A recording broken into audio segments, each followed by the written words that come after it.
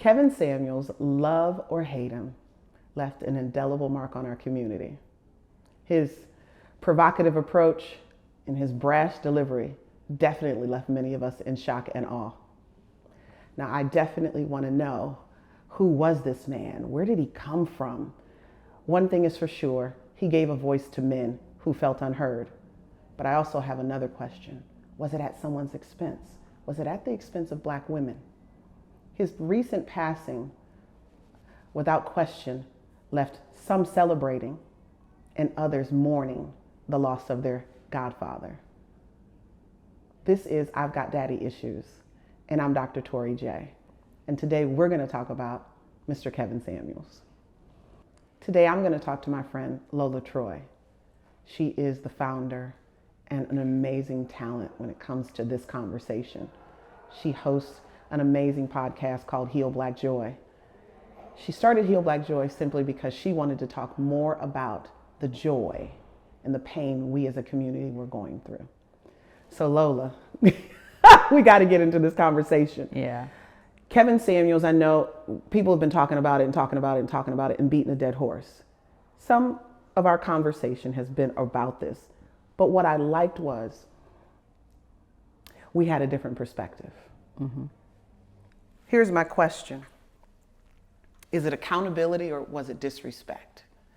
When Kevin Samuels approached this dialogue, Black relationships, how did you see it? Was it accountability to you or was it disrespect? I saw it as both. Okay. I saw it as both. I think that he wanted to hold Blacks in general accountable for the way that they were showing up in the world. He always talked about the high valued man, the high valued woman. And I actually took some time last night to watch a video to give his description of what a high valued man was. And unlike most Black women, I kind of understood exactly where he was coming from. Although I felt like he left out some key components to a high value man. Well, let's talk about it. Yeah. What was his definition of a high value man? So a high value man to him, based off of his definition, was based off of society. You know, he described, if you buy a car, what is the value of the car? The value of the car is based off of how much you can pay for the car or how little you can pay for the car. It's not just based off of just him. So if society says that a man that makes six figures is a high valued man, then that would deem them high value. He had, I think, about 6 different components, and one of them, of course, was their income. The other one was networking with other high valued men, being of in a networking group, people that, you know, can barter whatever that they do in their industry with one another. So it's networking and connection. Connection. Also being able to be responsible in their home, with their families, with their wives, with their children. And this was Kevin Samuels? This was Kevin Samuels. See, this is the part we don't know about. You know what I mean? Because we've cherry picked, and we've accused men of doing that very thing. Mm-hmm. But we as women have cherry picked the message as well. Absolutely. So look, I didn't know that part, and I've done some research myself. Yeah. So being able to take care of your home, I've heard some videos on this. So give me the rest of this that you learned. Look, I was shocked. I was actually really shocked because I didn't want to come into the conversation, you know, and just pick, you know, because I think a lot of times with his content, and because I'm also a content creator, I'm a person that likes to eat the meat and throw the bones away. Yep. And I didn't want to come in biased as a Black woman saying, oh, he's coming against Black women all the time. So I wanted to go in and listen to the full context of the conversation, and as well as the full conversation, because I think what happens is he has clickbait content. Come on. He has clickbait content, and clickbait content is the content that's going to get a rouse out of you, the content that's going to pull at your emotional strings, the content that's going to get you to engage in his content. The things like rating yourself. Yes. Can't pick a 7 because 7 is average. Yeah. Oh, my favorite is, as a woman, you have to be fit, friendly, cooperative, and submissive. Right. We're going to get into that part in a moment. That is the clickbait. What was the other? Like hanging up on women. His infamous last words. Clickbait. If you are 35 and older, you are a leftover woman. Those are the words that we will remember forever. We won't remember what you're talking about. We won't remember his true definition. And he was basing that off of society standards, not his own. Not his own. Not his own. Because you got to also take into consideration that he was an image consultant. Yes, and not a relationship And not expert. a relationship And he kept expert. telling us that, right? Yes. Even when people would try to drag him into that, when you watch the whole show, he will constantly bring you back to image consultant. Yeah. And I looked up the word image. I really did, because it's how you see something. It's how you perceive something. It's a perspective. And that's why he led with, what would you rate yourself? Because it's an image. It's an image. He was an image consultant. But we were, as Black women, we were distraught by the rating ourselves. How dare he ask us to do that? Yeah. Now, I had a problem, though. How you going to say people can't be an 8 or a 9 or even a 10 if they're not Beyonce or Beyonce? So you automatically throw women into a 5, 6, and you can't pick a 7. Right. You can't pick a 7. So he's already putting you what we would perceive as below average. And women found that offensive. Would you think that would be offensive? It was very offensive, but it was based on society standards. And society standards have never been based on African American women. Come on. The beauty. The beauty. The beauty standard has always been a European woman. It's never been about us. And even the numbers, the weight, the height. See, you done tapped into something right now, Lola, because I didn't know that was his definition. Yeah. You and I have discussed the high value man. We've discussed it needs to add character. It needs to add emotional intelligence. It needs to add, where are you in the process of your own healing journey? And none of that was a part of his definition of the high valued man. It was always about networking, being with other men of high value, meaning that they made a certain income. So yeah, that's cool that you make a certain income, but that doesn't mean that you have emotional intelligence.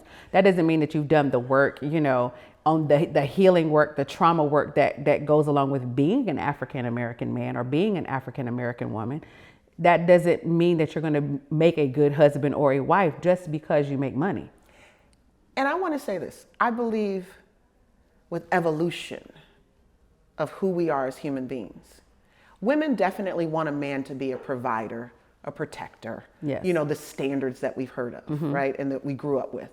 But there's also this place where I would rather you have some emotional intelligence and be lacking in some of the financial area, right? I don't want you to come dead broke to the situation. Right. But I don't want you to come dead broken either. Right. I need for you to have some level of growth and sense of self and awareness. Did you find that some of the men who followed Kevin Samuels had that sense of awareness? No.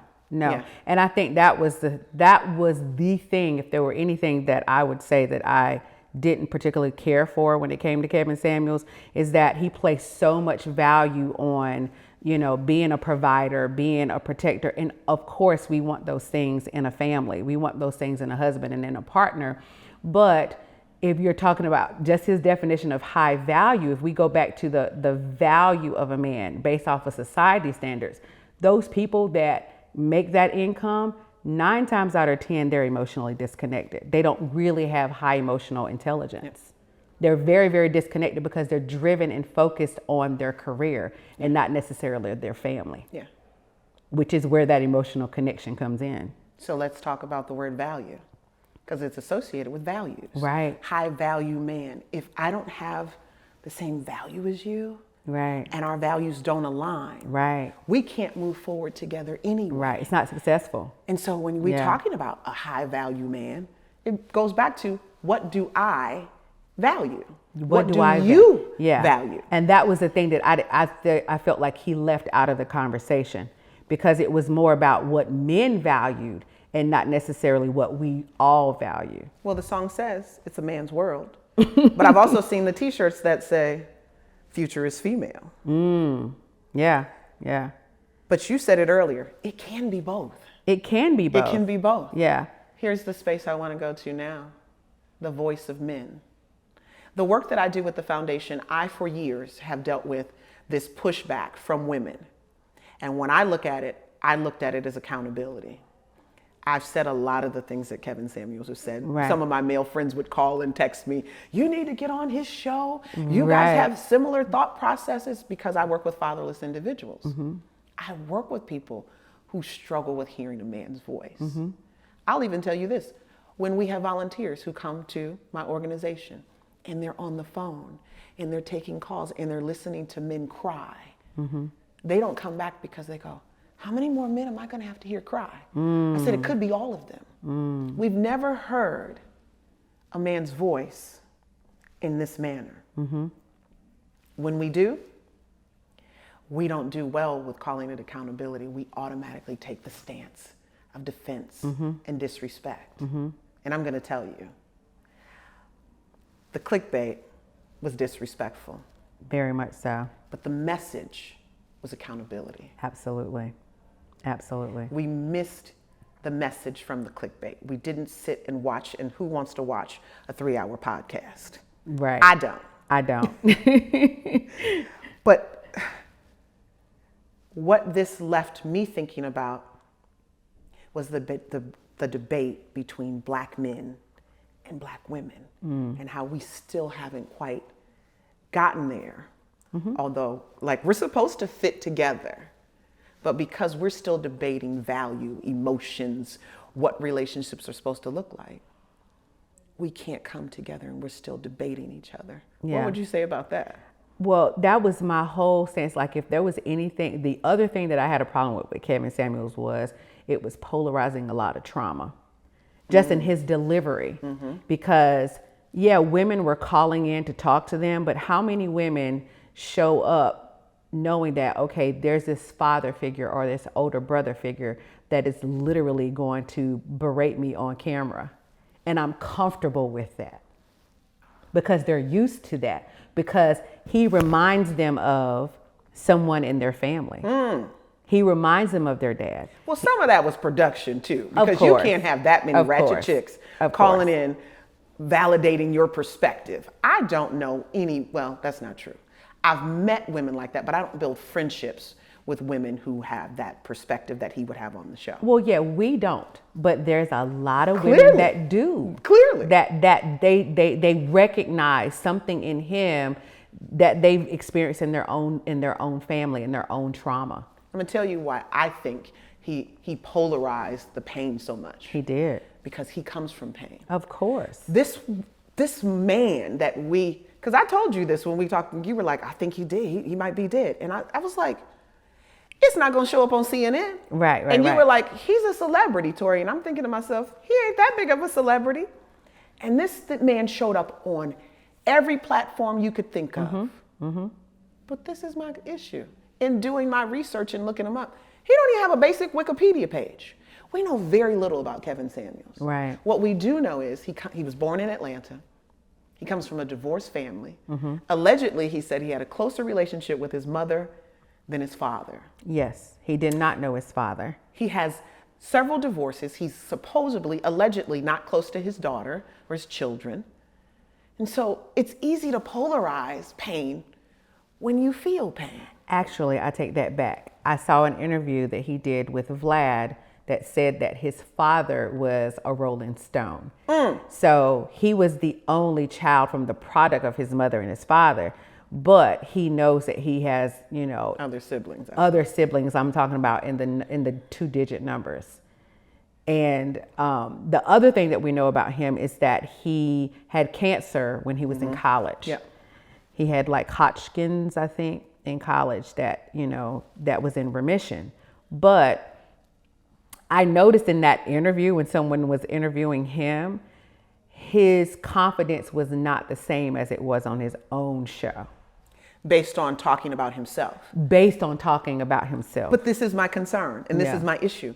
We know very little about this person. I can go get a Wikipedia page. Yes. I can get a Wikipedia. Yeah. This man doesn't even have, when I tell you, there's no basic Wikipedia page. So when I'm looking at this pain that he felt. I get why he struggled. I get why many people would say, oh, he's got mommy issues. And you know me. I already knew he had mom. I can pick up on it in a heartbeat. I knew he had daddy issues and I knew he had mommy issues because it's very easy to attack black women and say what he said about black women when you're still struggling with your relationship with your mother, when the person who you really want to get back with, get back at and say something to and tell them how much you hurt and how much they cause pain upon you is your mother. But you can't say it, so you take it out on every single woman that you come across, and you leave bodies, as I call it, along the way. I believe that's what Kevin Samuels did. And I want to say to black women who are watching and listening, I feel like we need to go back, listen to the content in its totality, and really take from it and not be so taken aback by the clickbait. The clickbait is to get you to the content. This man told black men, if you're a beta male, you make less than this a year, you shouldn't be married. You shouldn't have a woman in your life. You shouldn't be, but we missed that part. We missed the part. We only see the part where he is solely talking about black women are this, black women shouldn't be this, single moms this. I'm gonna ask, so we can wrap this moment up, the things he said about a single mom, what is your take on that? The over 35 and being washed up and being a single mom, that would be me. I would fall into that category. How did that make you feel when you heard that? When I heard it, I felt like it was irresponsible. I didn't take it from an emotional place. I just thought it was irresponsible because I'm not getting ready to, take my direction from someone who has had 2 failed marriages and he's an image consultant. To me, my thing is, if I want to go to a person that, anytime you're trying to achieve something, you want to find someone who does it successfully, someone that can mentor you in that space, right? So if I want to talk to somebody about marriage and having a successful marriage, I would go to my parents. My parents have been married for almost 60 years, right? So they've seen it in every season: sickness, health, having money, not having money, raising children, parents, dying and having to go through that. I would go to them. I wouldn't go to someone who just gets on camera, and is irresponsible in their stance when it comes to black relationships. The thing that really bothered me about Kevin Samuels is because we are in this podcast content space, is that now he's polarizing and he set a blueprint for black men and black women to start having content where we pit ourselves against each other. Very true. That was the thing that really bothered me because I'm a content creator. So from an emotional place, I wasn't moved by it. As a woman who's over 35, yes, I'm married, it bothered me. Okay. It bothered me. Why? Look at her, she done turned the tables on me. It bothered me because I understood how my sisters feel, and I could feel the pain of what my sisters who would take it emotionally felt. Of course. My sisters felt pain. I received text messages. There was lots of pain from his delivery. Yes. There was lots of pain from that. Yes, I'm going to explain it to them, but you can't, if someone's being triggered, you can't explain that away. So Lola, I want to thank you for this conversation simply because I do believe that we need to go back and review and listen. And listen with an ear to hear and not an ear to answer. Yes. What did we learn today? Kevin Samuels' message wasn't all bad. And if you go back and listen to the content from a place of a listening ear versus being defensive, you'll actually probably hear something that's healing. You'll probably hear something that you can take and place into your own life so that you can grow and you can be the person that you're called to be. Here's the thing. Kevin also spoke from a place of pain. He grew up in his own fatherless situation. And as you know, those who grow up fatherless also have issues with their mommies. I always say those who have daddy issues also have mommy issues. And there were times when people would say, oh, he hates women, he hates his mother. I won't say he hated his mother, but it goes to show you that fatherlessness is infiltrating our world in ways that many of you have never even considered. I know for a fact that this man had pain. He struggled, but we got to watch him struggle and work out his own thing, even while he was helping us work out ours. I'm Dr. Torri J, and this is I've Got Daddy Issues.